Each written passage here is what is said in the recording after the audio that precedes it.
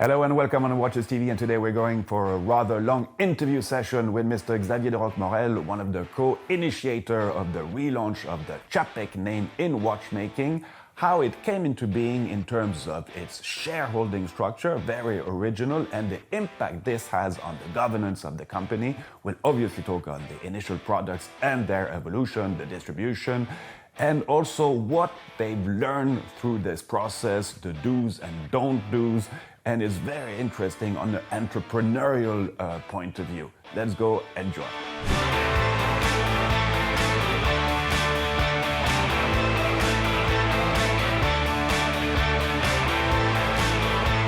We are at La Chaux-de-Fonds with Mr. Xavier de Roquemaurel, one of the co-founders of the relaunch of the Czapek brand.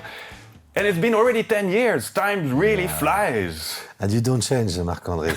You're always the same. Beautiful hair, beautiful look. The glasses are unique. Congrats. How can I do that? You're the Dorian Gray of watchmaking. Well, it's just magic, I guess. Yeah. That's nice to hear. So let's go back indeed over the last 10 years. And on the inception of the brand, because there was really something rather singular in the way you set up the company. And can you please remind us what made it also quite special? Yeah, it's a combination of facts. Huh? People sometimes look back and they think, oh, they were great of thinking that or doing that at that moment. But it's also the constraint that you have that make you become better or make you take that route rather than another one. And when we were together, Harry, Sébastien, and myself, we have no funds. We had no money, so we needed to start somewhere. And we were just old enough, you know, Harry and I were 45, Sébastien was more 35 or 37. And yes, we knew already, and we all knew that the utopia of finding an investor that was at the same time wealthy, had goodwill, and wanted to let us work on the project without intervening too much according to his own ego or his own taste, we knew that was impossible. Mm-hmm. We knew that was a real utopia. And so we thought, okay, and on top of that, we might not find that billionaire, the other theoretical billionaire that falls from the sky. No. We were more the feet on the ground. Mm-hmm. And we decided to look for other people like us. And the idea was there is probably thousands of people who would have the same dream as the one we have, which is to revive an incredible company, a beautiful brand that was forgotten for so many years. And that was the pitch at the beginning. Yeah. Then what happened is that the social media and internet had made possible to do crowdfunding equity. Mm-hmm. But crowdfunding equity was already existing 200 years ago in England. And people were going in the street and they were trying to sell shares of their company. So, or maybe not in the street then, it was maybe in salons and beautiful places, but that was the way. It was very open in the UK business framework. And so we kind of applied that recipe to modern times. We were not the first ones. There had been other brands doing that, but we've been the first one to do a worldwide crowdfunding equity campaign. Now, when I say worldwide, it's with guillemets, because we did it with 3 jurisdictions at the same time. And by doing it in 3 different jurisdictions, England, France, and Switzerland, we covered the legal needs of most of the jurisdictions worldwide. And because the company was set up in Switzerland, anyone from the US, from Australia, from Japan, from anywhere, could decide to join and become a shareholder. So it was a way to actually absorb all the different approaches. Mm-hmm. And what was the promise at that stage? It was a problem. The promise was a revival, really. The promise was the phoenix, you know.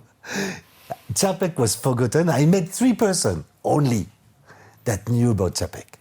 Now it's like Woodstock. Everybody who thinks he recalls being there or having known it, but no, they didn't know it. Yeah.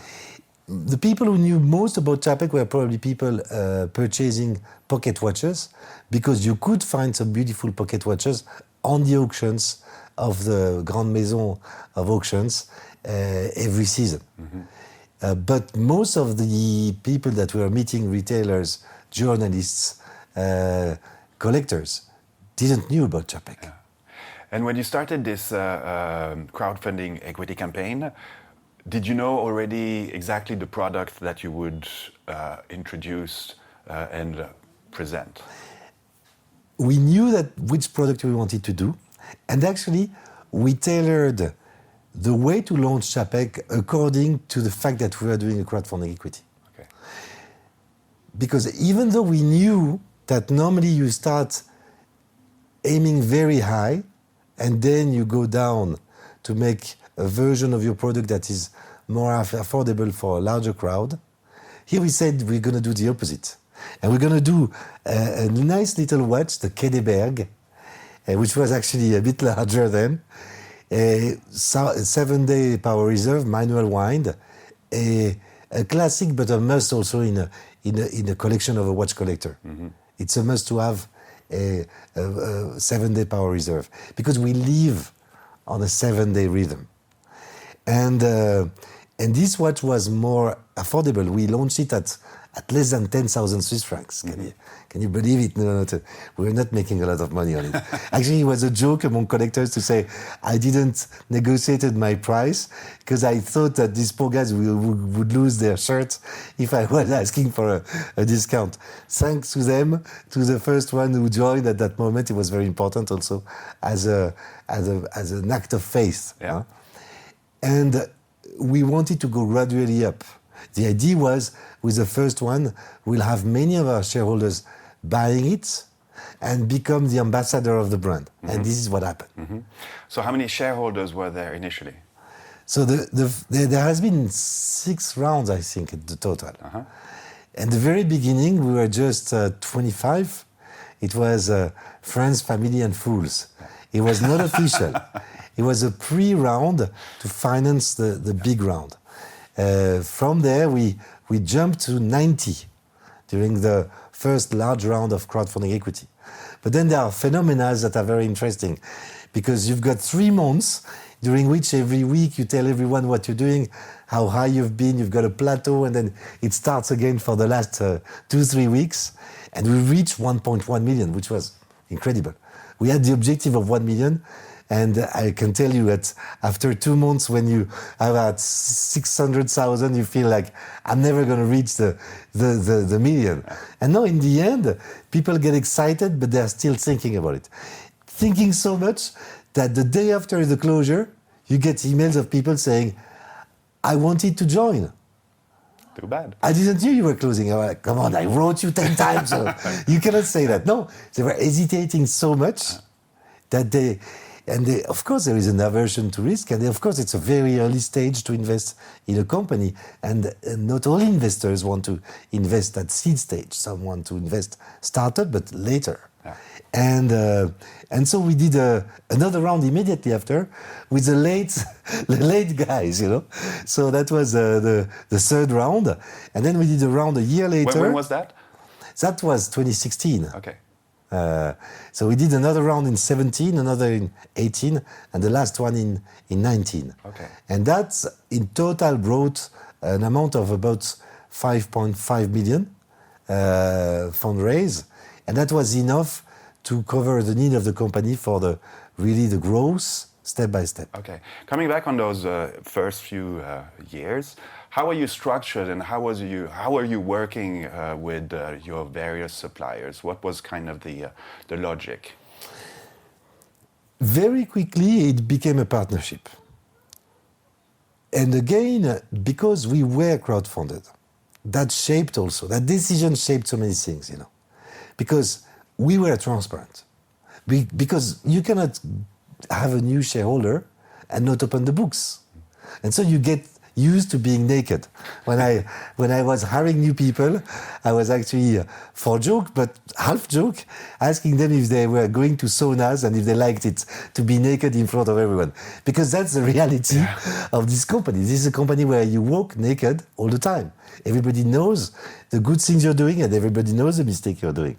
And there is a rule of transparency, because that's another reason, but there is a tendency for human beings to hide the mistake they make, and that slows down an organization. Yeah. So to avoid this phenomena, we actually ask everyone to be fast on saying, I made a mistake, can you help me recover it? No, so that's a benefit also of this culture of transparency.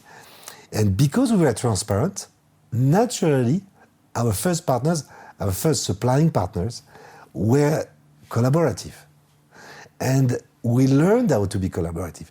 Naturally, people are not collaborative. Everybody knows what is collaboration on paper.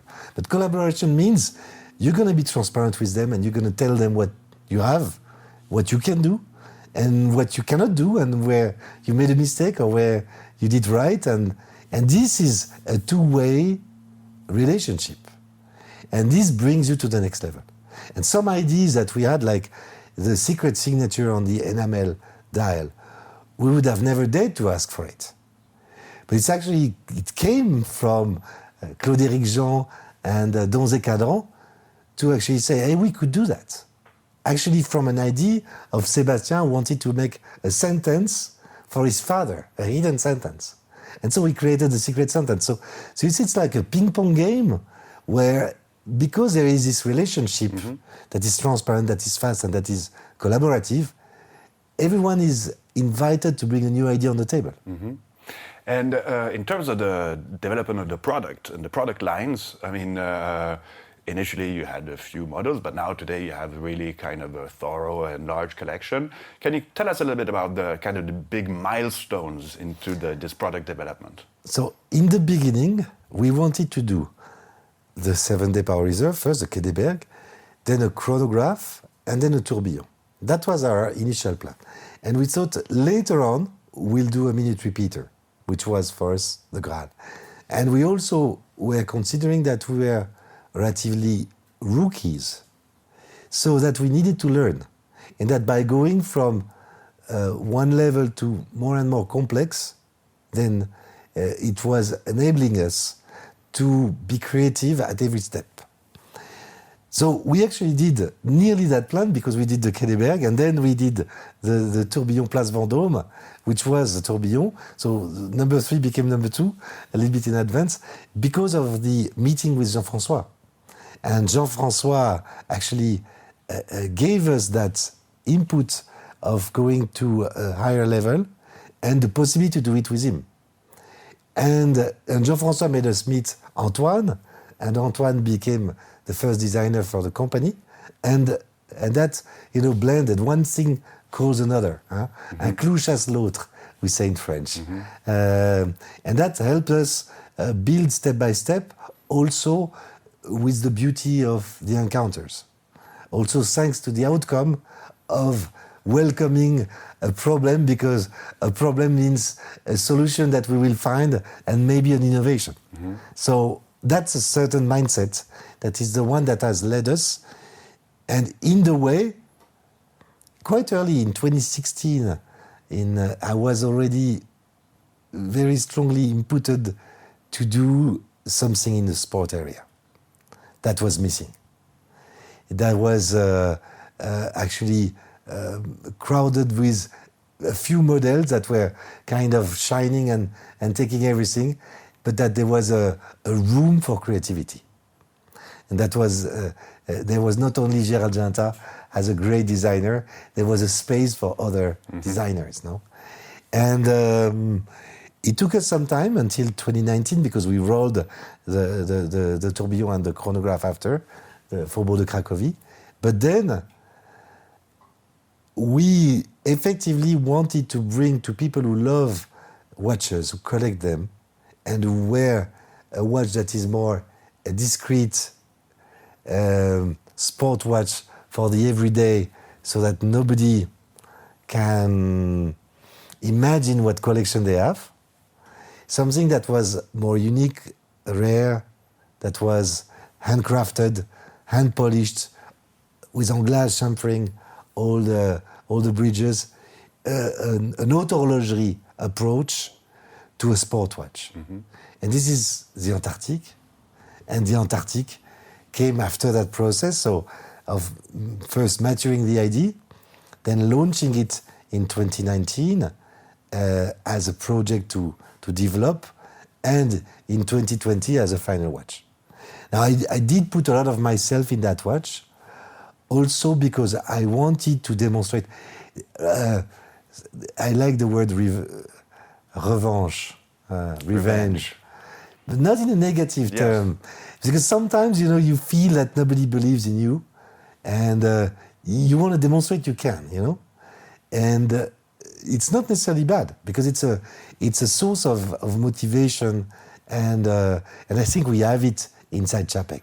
So the Antarctic for you represents some kind of a pivotal moment in the history of the brand. Completely, a turning point. We were making 150 watches per year, and we jumped to 1,000. So you see that's the Antarctic. And today we make 850 Antarctic per year. We still make the 150 of the others, so it's really a plus. And we have not lost sales on the Quai des Bergues, which remains a beautiful piece and a must-have. Uh-huh. It's more the Antarctic brought a whole complete new story. Okay. And I was also a bit frustrated, I will tell you. My oldest son is an engineer, so I'm nothing personal there, but I was really upset by the approach of the engineers on construction of movements. That with so narrow thinking, it was impossible to introduce beauty in an early stage.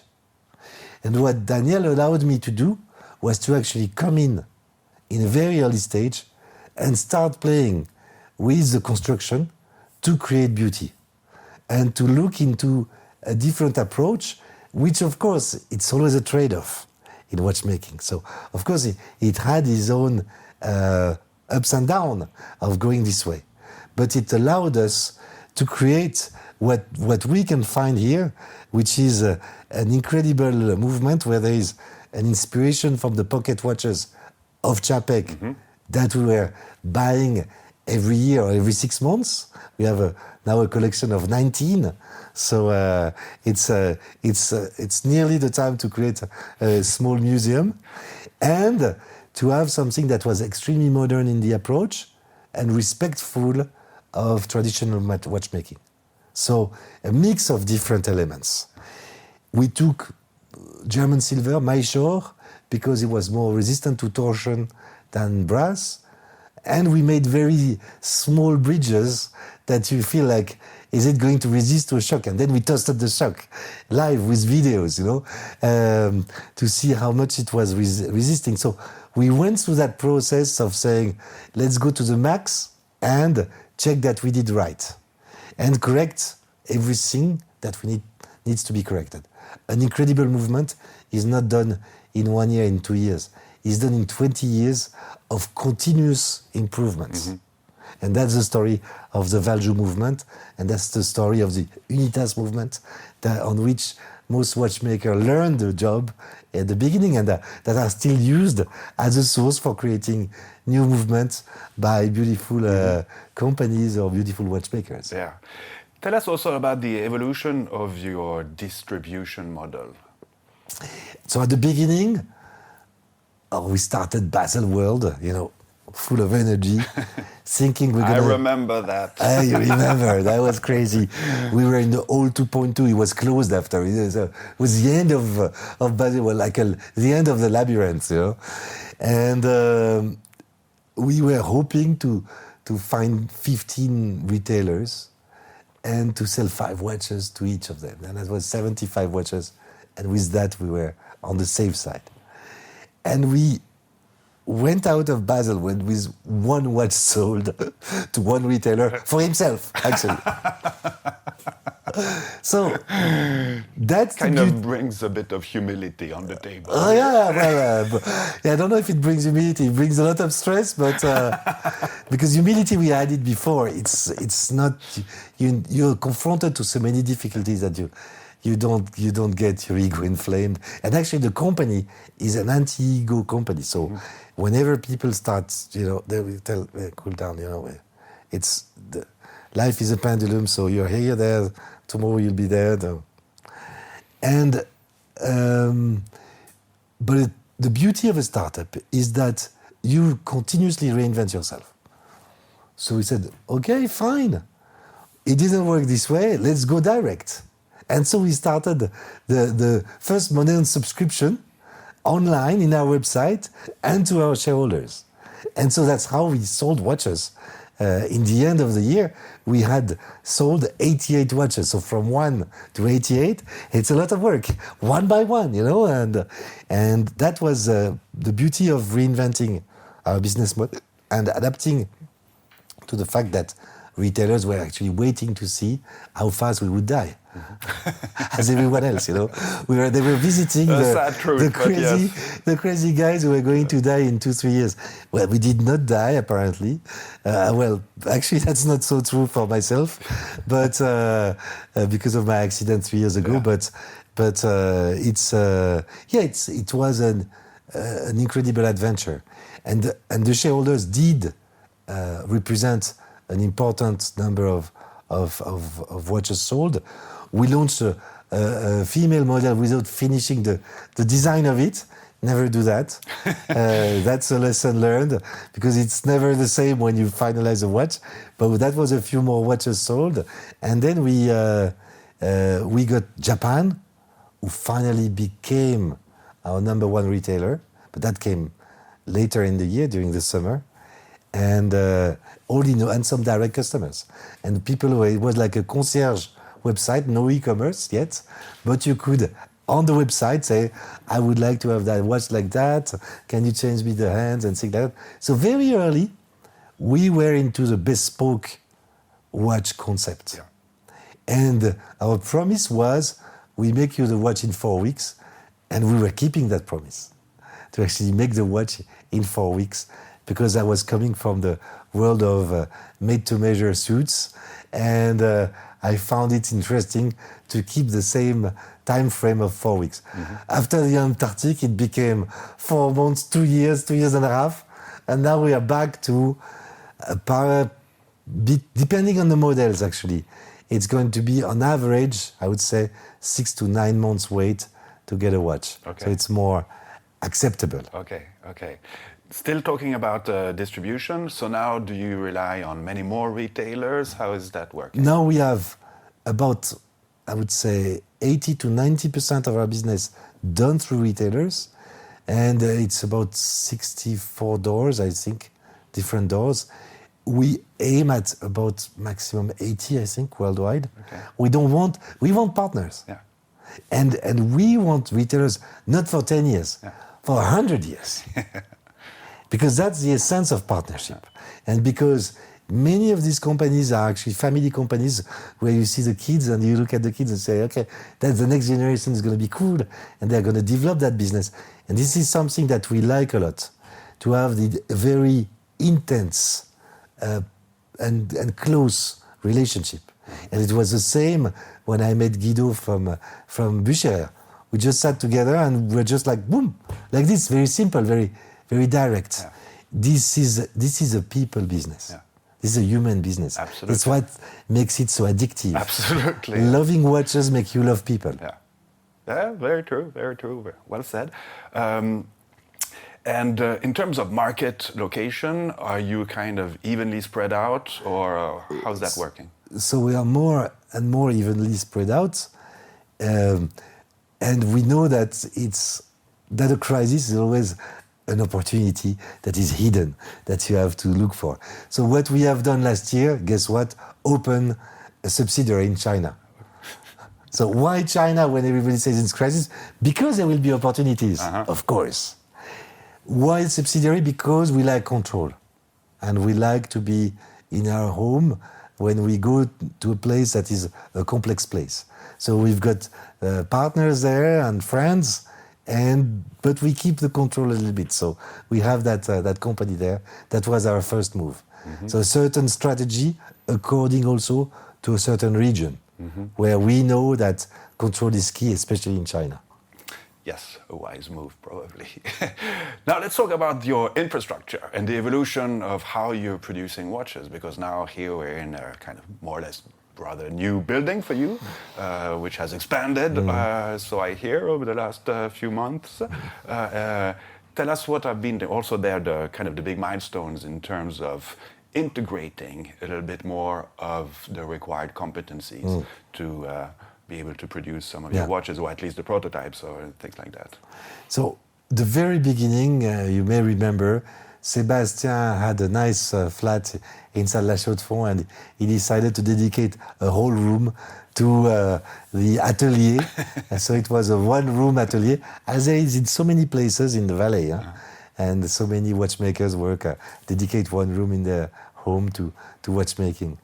And then we saw that we needed to structure it with the production. One thing is to make a few prototypes. Making a production is another story. So we were hosted in Le Locle, in the same building where Chronode was. So it was very easy for us in terms of proximity. Proximity is key. That's why the Swiss ecosystem, the Swiss watchmaking ecosystem is so strong and so efficient. Because we have in 10 minutes by car, everyone, literally everyone. So we can solve problems, accelerate, know better the people.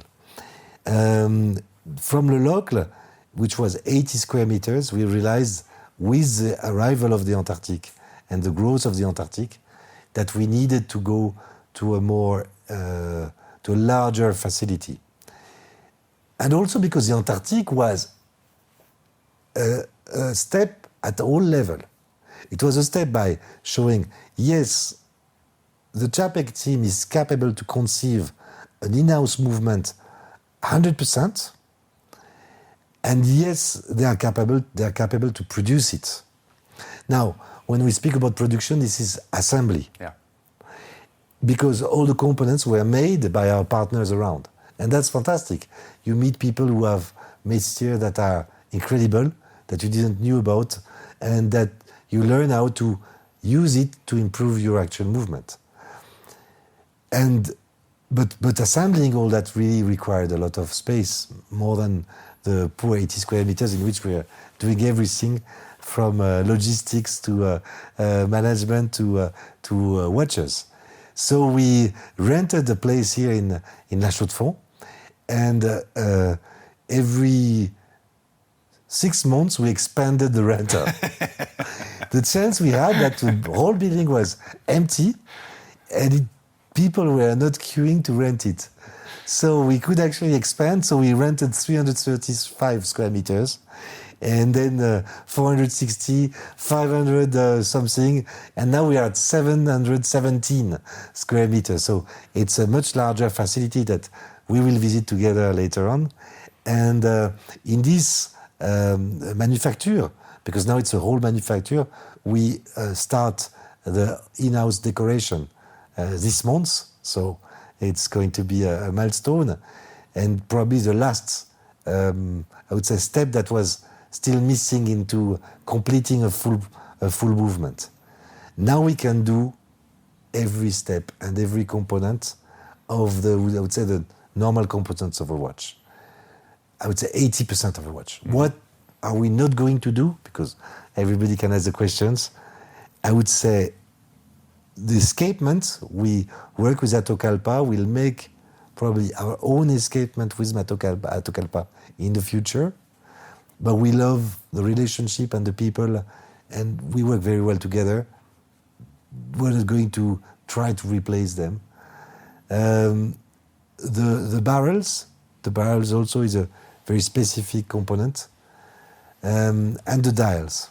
And these are, I would say, the three components that we will probably not try to do. The hands I should add also a very specific métier, and there is no reason to change that. For the rest, we find a different way to work.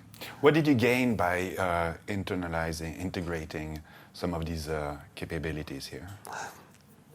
Alors, the decision to really go into a full manufacture where you produce in-house is based on one word, freedom. That's what we gained. If you do that for the money, I think you're doing that for the more wrong reason. Because it's a highly creative work. And if you are in the queue to get a prototype to be done, it's very complex. And you spend a lot of energy trying to say to the guy, you know, I just need 10, can you make me 10 prototype on the side? And no, if you can do that in-house, yeah, more flexibility. You've got this flexibility and you can adapt, and that's what you need. And you keep that independence also. Now, there is a benefit, which is that in the end, when you do everything right, you effectively make more money. And it's easy to lose money in watchmaking, I can tell you. It's we've been, I don't know, very lucky, or we had a guardian angel behind us in the process, or we are very, maybe always checking and low-key and making sure we're not making mistakes, but it's very easy to go wrong. And then, now that we have these machines, we can produce prototyping. We're in the step of prototyping of the caliber 10 now. We just launched the caliber 9, the tourbillon, and we'll go into production after doing the prototyping of caliber 10, which will be for our anniversary watch in November this year. So we can actually accelerate the process of developing a movement, testing new ideas, and producing whenever we want in very small batches, so 50, for example. While if you do a production of a movement, you need to get to 300 to reach a first level of economics, you know? Because all these are CNC made at the beginning. Okay, it's a special work because it's micrometric. You hunt the microns, or you shepherd the microns to keep them together. And you need to have a precision of 2 to 3 microns on the components of a movement. So it's a very unique work, but it's a work where a lot of it is done by very fine-tuning, setting up, making the right choices in terms of cutting and machining and milling. But in the end, when the machine runs, it's how many you make. And you get a curve that says that after 300, you pass the tangential point. So that's where you don't gain much more by doing 1,000 or 10,000. 10,000, you will change the process, and then that will be industrial. Because this is not an industrial process. You use CNC machine to do an artisanal process in a better way. That's what it is. So when you do, and you do this 300 because you work with an external partner. When you do in-house, you don't have to. You have to work a lot at the beginning when you do the prototyping. Then, when your prototype is ready and you've done all the setting and you've tried and you made all the mistakes and you tried all the options, then you just need to reset up quickly and you can launch a series of 50 or 100. So you got that flexibility and you can better adapt to the market. So you see, there is a lot of benefits in creating a manufacturer. But there is a lot of risk associated, and certainly without the rise of the Antarctic, we would not have been capable to do that. Like we were mentioning before. We were, because we were screwed. We were not receiving the components. People were screaming, "Where is my watch? Where is my watch?"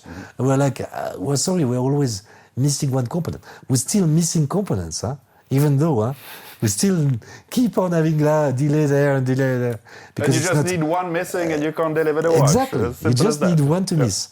And so now we are capable to do, I would say, 80% of a watch, which put us on the safe side and reduce the risks also. So it's you take a big risk, but then in the end, you reduce your overall risk. Interesting. So overall, over the last 10 years, we're talking about risks and errors. Which one were kind of the biggest one? It can be anecdotes that you learn from and which really enabled the company to develop. So the biggest mistake I made was actually in an interview. In a moment of Geneva Watch Days, we were crazy, we were so happy, everything was just incredible.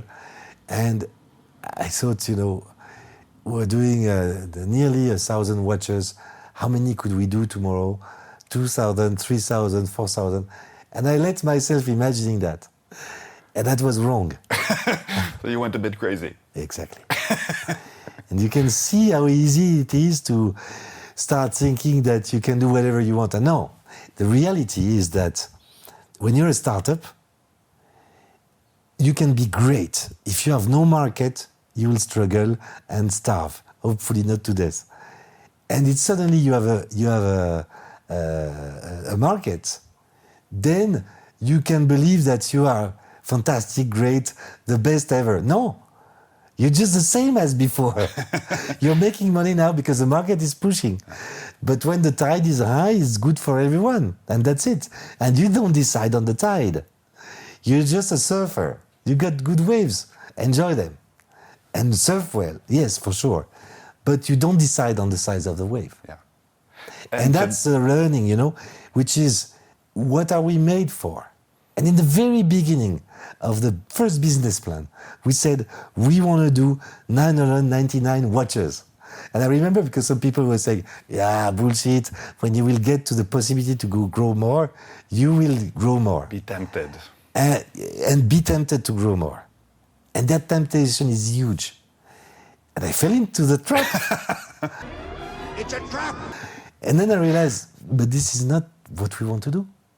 That's not our market. We are doing horlogerie, watches, one by one, for each person. Each of the watches made above us is made by one watchmaker for one client. It's not batch production. It's a one-by-watch production, very well organized, so that we can actually be very efficient. But that's what the watchmaker calls. They're not very well organized person. They call to have an environment that is super good, well organized.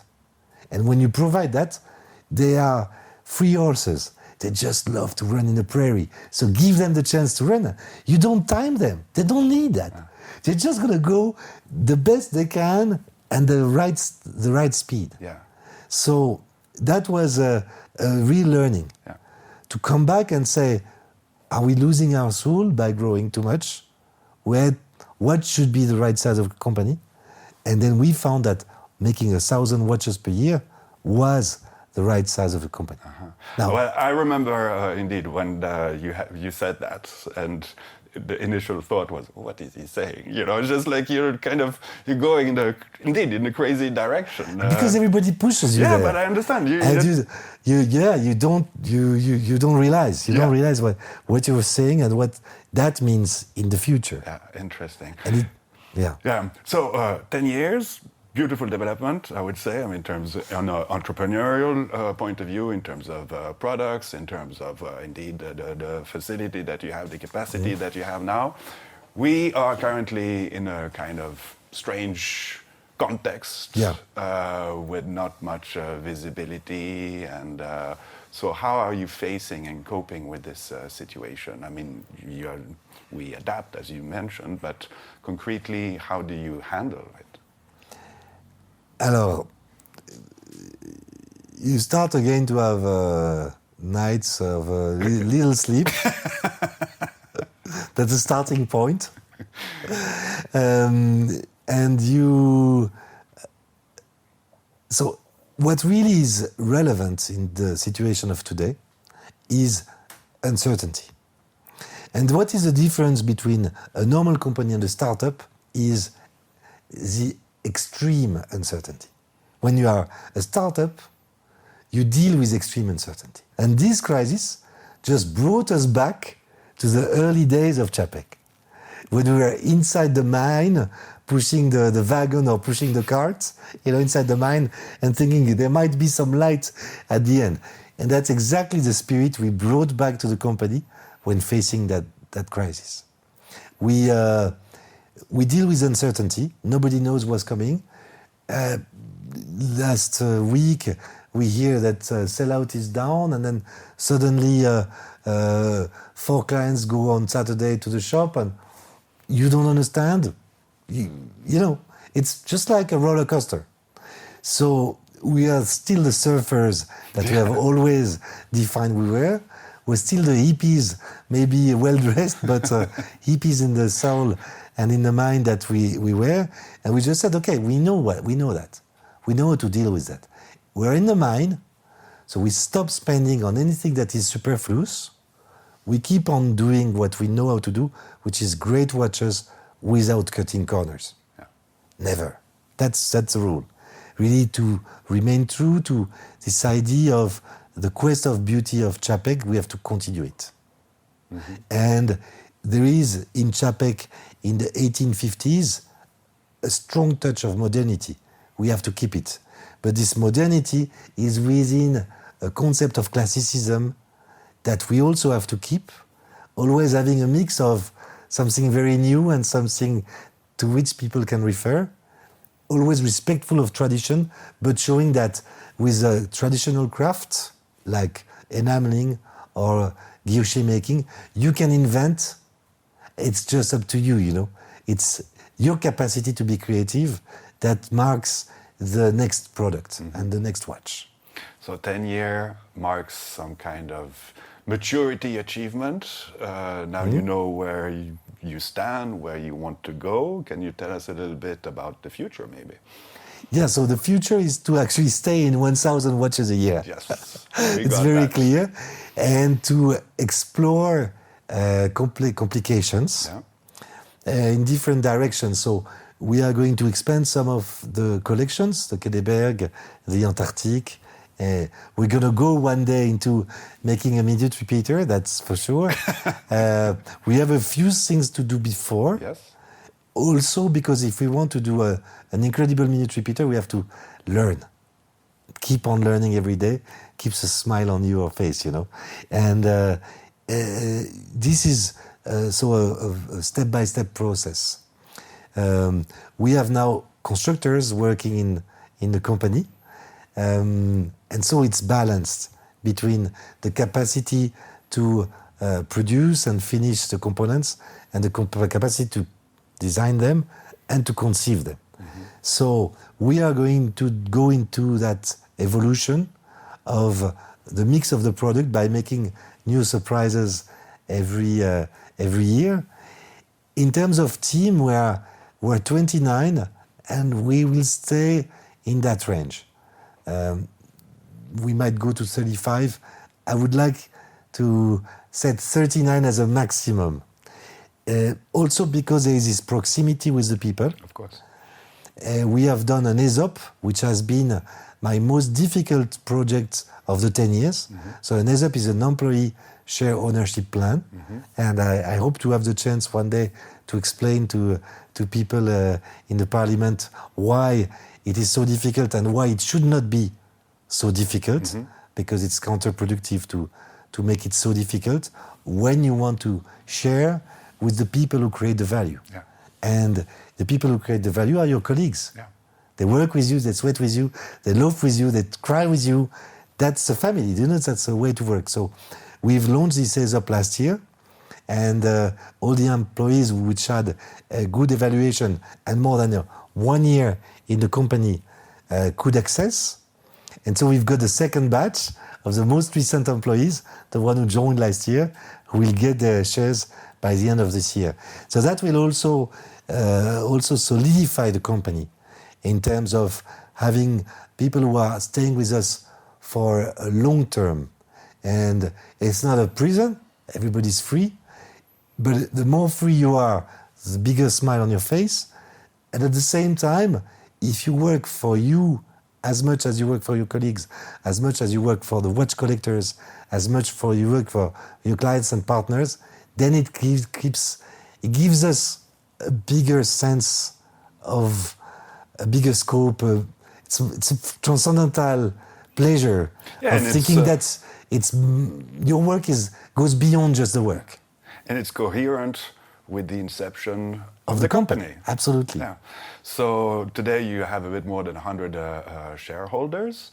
We are 226. Okay. 226 shareholders. Yeah, because there is a share sale every year after the General Assembly. So the next General Assembly will be taking place here in 1 month and a half from now. And And after the publication of the results of the audited account, and with the latest result of the company, we open a sort of a private stock exchange room where people can buy and sell their shares. So first, the shareholders who have a right of first refusal, and then second to external people. And that's how we actually get sometimes people who leave, and that's fine, it's a journey, so they can decide to leave. And it's great to have spent 5 years, 10 years together, and people who are recently joining. So all my kids have joined the company also this way, buying their own shares, and that's great.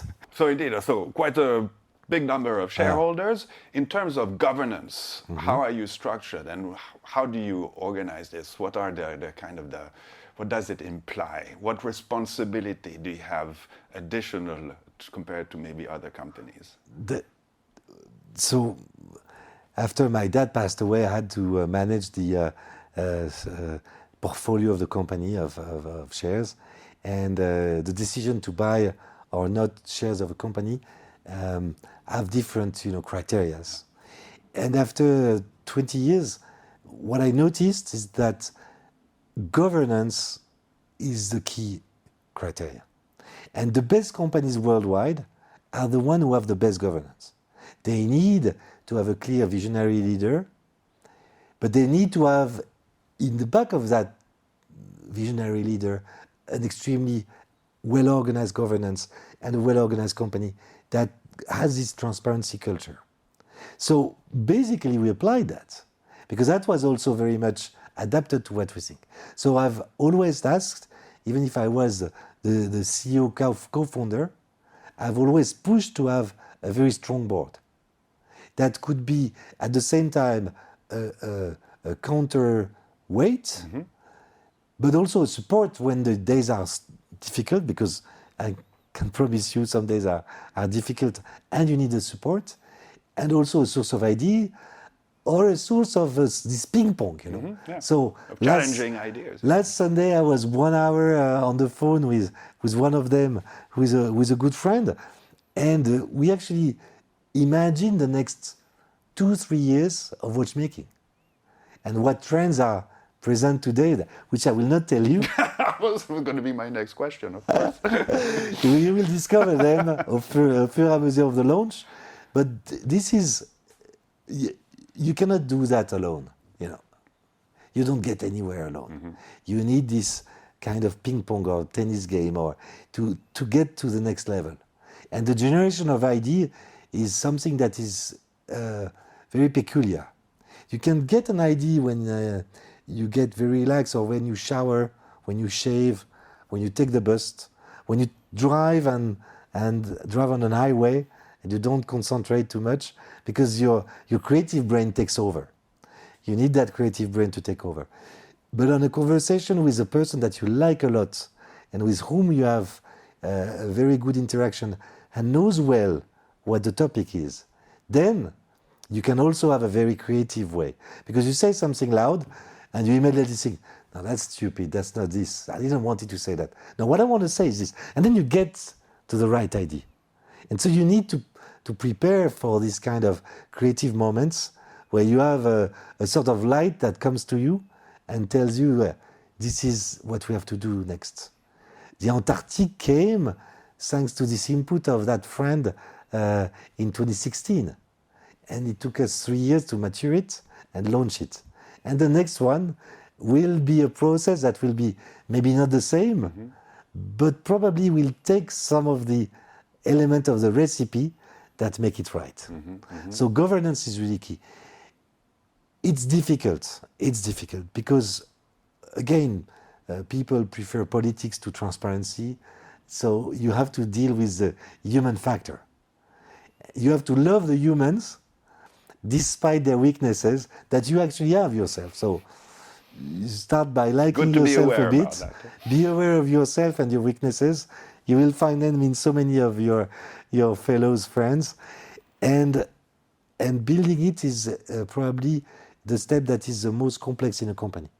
Now, because we have 226 shareholders, we behave very closely to a public company in terms of communication, etc., which creates sometimes problems because you have the question of confidentiality that is always, dangerous.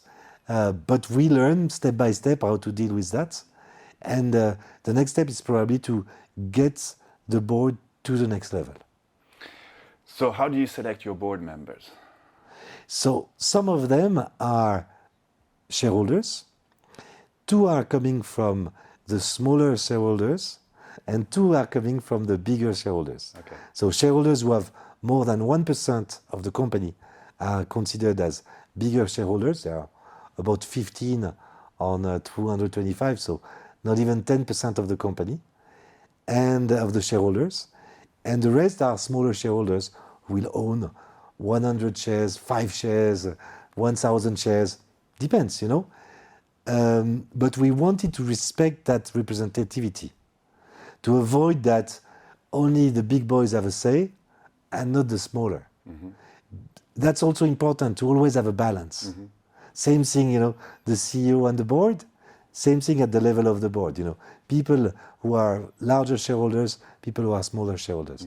And so we are now going to go into a step of pre-election of the shareholders who would become part of the real one representing the larger shareholders or part of the one representing the smaller shareholders. And then we will have one independent board member. Now, to get an independent board member that is good is tricky. Because there is a specific word for that, conflicted. Yeah. If you want someone who knows about watchmaking, he's going to work with all your confrères, all your competitors or all the other brands that are around. And they will get to a level of confidentiality that is huge. Where is the limit? How can you deal with that? And so I have one person in mind, and she in the past was too conflicted. She said to me, I cannot. I work with who, and it cannot be, I cannot tell them I'm a board member of Czapek. But now she just finished her mandate as CEO, so she probably might be free, and we'll see if she accepts, and if the board accepts her as candidate, and that would be probably another element, another spice in the recipe for the next 10 years of success. Okay. Let's take a very concrete example, okay? You want to develop a new collection, let's say, okay? What are the processes to follow you on an idea like this? So the process is always very structured. If you want to be creative, you need to have a structure to know where you move. The briefing is the key part. But the briefing the briefing has to be precise, but too precise kills the briefing. Because you need to have the designer to feel free to design. So you need a space where specific you say, and then whatever, so that he feels like, he can go outside what you've defined in your brief, in case he has an idea. And he usually has an idea. The higher the level of your brief, the higher the level of the design. Yeah. And it's going to be bringing up. And then I integrate construction very fast. And then there is a game between the designer and the constructor and myself. And there is a question of arbitrage coming from me. And there is a question of also making them work together. And then that's why I brought in a 4th person that is key, which is Nicolas Birbaum, our head of manufacture, who is the one who sometimes comes with the solution to make that the construction works and respect the design. When the 2 guys are fighting and I'm like, shit, I'm going to be Solomon having to cut the baby in 2. That doesn't work, So now we are in a group of 4 having this balance between the approaches. And then there is no point about staying relaxed and staying cool and playing in known lands. We have to explore new directions. So we push to the maximum. And we let people run, give them the freedom. There is a timeline and there is no timeline. in the sense we would never launch something that is not ready. It can have a technical issue that we can resolve very quickly, and the prototype is not functional, but that's not a problem. If something we don't feel it's ready, we would launch it. We wouldn't launch it. We would wait until it's perfect. And this is the step that is, I think, missing sometimes when I look around. This willingness to say, no, we can do better. We have to rework that. It's not perfect. And this is, by raising the bar continuously, this is where you go to that level. So you have in-house designer, in-house product manager, and it's the product manager who makes the briefing with me. Okay. So we are interacting, and then he launches the baby and follows it from further away, letting the designer and the constructor start their ping-pong game. Yeah. But coming back to this notion of governance, I mean, coming with the new collection is an investment. There's obviously a business risk associated with that. So the final go-ahead of saying, okay, let's do it. Yeah. Who takes that decision? Every investment that would be above 100,000 is to be discussed with the board. I set that limit myself. Okay. I create my own limit. To limit yourself. Yeah, because I wanted to imply people. I want to create a system where I can disappear because I might pass away one day, and the things are already clearly set. Okay.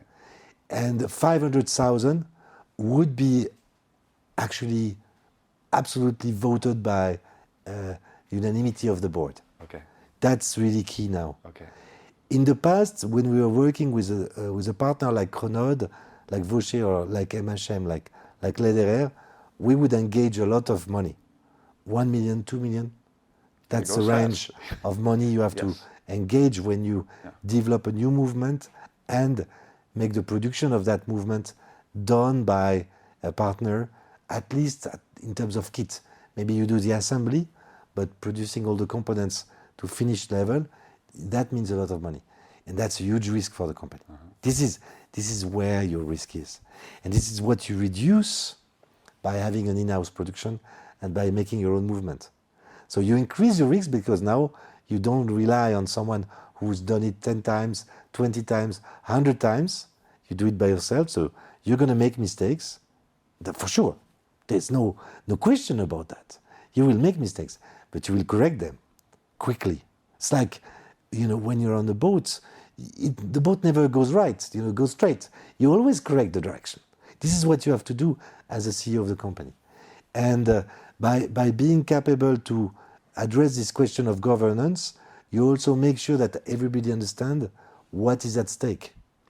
And is this project key for the company? Is this project entering the strategy of the company or not? So you need that. If you don't do that, then they are just guests in a party. That's not what you want. You want people who feel like, okay, I actually voted and agreed on that. So. Yeah, makes sense. Makes sense. Well, Xavier, thank you very much for this extremely interesting discussion and the transparency that came along. Thanks a lot. The best of luck, obviously, for the next 10 or 100 years, or even more. Who knows? Exactly. All right. Well, thank you so Bye, much. Watch Lovers. Bye, guys. Bye, Watchers TV. Thanks for the incredible interview. That was a beautiful one. Thank you so much. Take care. Bye.